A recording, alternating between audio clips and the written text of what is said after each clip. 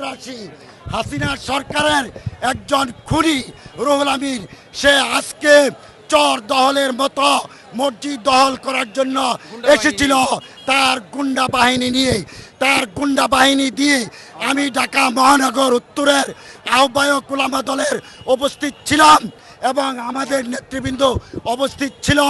আমার ঢাকা মহানগর উত্তরের উলামা দলের এক সংগ্রামী নেতা যুগ্ম আহ্বায়ক মাওলানা জিয়াকে আপনারা দেখেন কিভাবে হাফেজ মাওলানা জিয়াউর রহমানের কিভাবে তারা মসজিদের আপনার লোহা দিয়ে এবং জুতা রাখার যে বাস্কেট দিয়ে রড ছোড়া তারা নিয়ে এসেছিল, এগুলি দিয়ে মসজিদের দরজা জানালা ভাঙচুর করেছে এবং মুসল্লিদের উপর অতর্কিতভাবে হামলা চালিয়েছে। এই জাতির কাছে বিচার দিতে চাই মাওলানা রুহুল আমিন এখনো কিভাবে সে খুনি হাসিনার পেতাত্তা ঘুরে বেড়াচ্ছে, তাকে কেন এখনো গ্রেফতার করা হচ্ছে না, তার তীব্র নিন্দা ও প্রতিবাদ জানাচ্ছি এবং বর্তমান সরকারের কাছে দাবি জানাতে চাই এই বাইতুল মুকাররম আজকে স্বৈরাচার খুনি হাসিনা আওয়ামী মুক্ত হয়েছে, সেটা যেন আর কোনোদিন এই খুনি হাসিনার পলাতক হাসিনার গণহত্যাকারীর হাসিনার পেতাত্তারা এই বাংলার মসজিদ, জাতীয় মসজিদ বাইতুল মুকাররমে প্রবেশ করার আর দুঃসাহস না দেখাতে পারে, সেই দাবি এবং সেই আহ্বান জানিয়ে আপনাদের সবাইকে ধন্যবাদ জানিয়ে আমি আমার সংক্ষিপ্ত কথা শেষ করছি। আসসালামু আলাইকুম।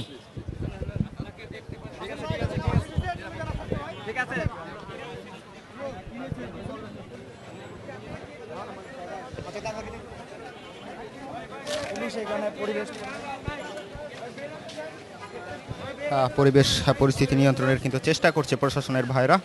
দর্শক আপনারা দেখতে পাচ্ছেন যে এখানে প্রশাসনের অসংখ্য ভাই তারা কিন্তু এখানে কাজ করছে। দেখতে পাচ্ছেন যে পুলিশ তারা কিন্তু পরিস্থিতি নিয়ন্ত্রণের জন্য এখানে যারা রয়েছে তারা কিন্তু আসলে এখান থেকে সরিয়ে দেওয়ার চেষ্টা করছে। অপরদিকে সেনাবাহিনীর সদস্যরা তারাও কিন্তু এখানে সতর্ক অবস্থানে রয়েছে। কোনো ধরনের অপ্রীতিকর ঘটনা এড়াতে তারা কিন্তু সতর্ক অবস্থান কিন্তু নিয়েছে। বাইতুল মোকাররম উত্তর গেটে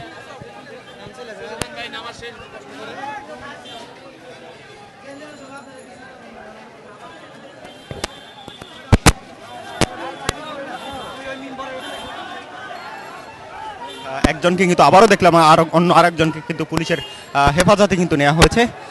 দর্শক দেখতে পাচ্ছেন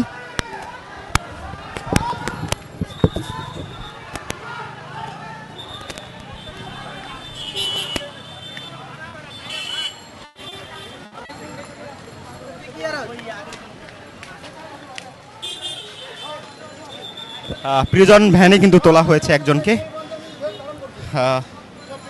দেখতে পাচ্ছেন যে একজনকে প্রিজন ভ্যানে নেওয়া হয়েছে।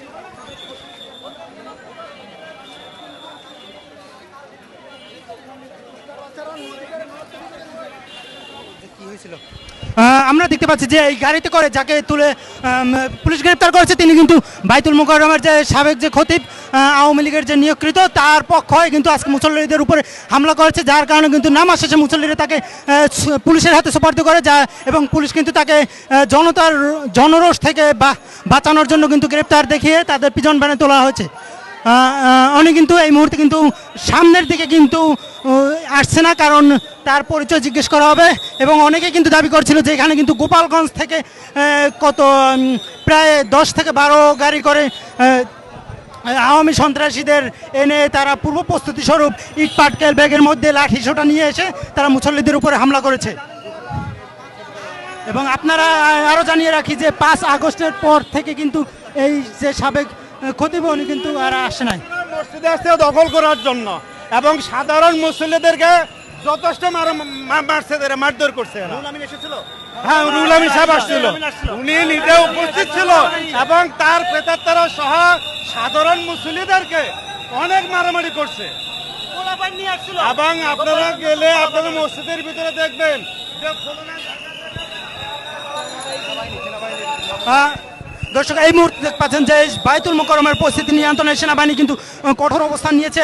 এই মুহূর্তে দেখতে পাচ্ছেন যে বায়তুল মোকাররমের যে সাবেক যে খতিব ওনার পদত্যাগের দাবিতে কিন্তু এই মুহূর্তে কিন্তু উত্তর বায়তুল মোকাররম সেখানে কিন্তু পরিস্থিতি নিয়ন্ত্রণের জন্য সেনাবাহিনী কিন্তু কড়া অ্যাকশনে যাচ্ছেন। আপনাদেরকে জানিয়ে রাখি জুমার খুতবায় যেহেতু সাবেক খতিব রুহুল আমিন তিনি কিন্তু আওয়ামী লীগের নিয়োগকৃত, তিনি কিন্তু খুতবার সময় কিন্তু এক প্রকার যে আওয়ামী সমাবেশে যেভাবে মোনাজাত হয় তিনি জুমার নামাজের মোনাজাতে কিন্তু সেভাবে করে আওয়ামী লীগের প্রশংসা দিয়ে কিন্তু পুরো খুতবা এবং জুমার নামাজটা কিন্তু ভরে রাখতো, যার কারণে কিন্তু মুসল্লিদের দাবি যে এভাবে চলবে না, খুতবায় হবে নবী রাসূল ইসলামের কথা এরপর এবং মোনাজাতে হবে নবী রাসূলদের কথা।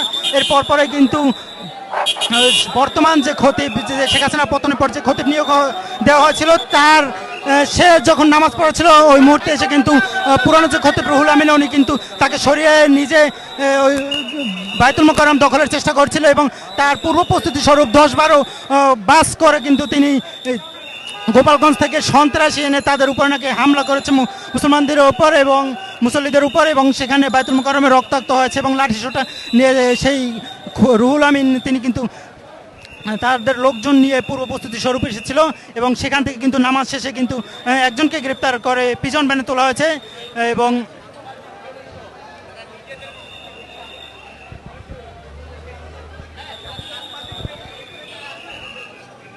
এই মুহূর্তে কিন্তু সেনাবাহিনীর কড়া অবস্থান চলছে।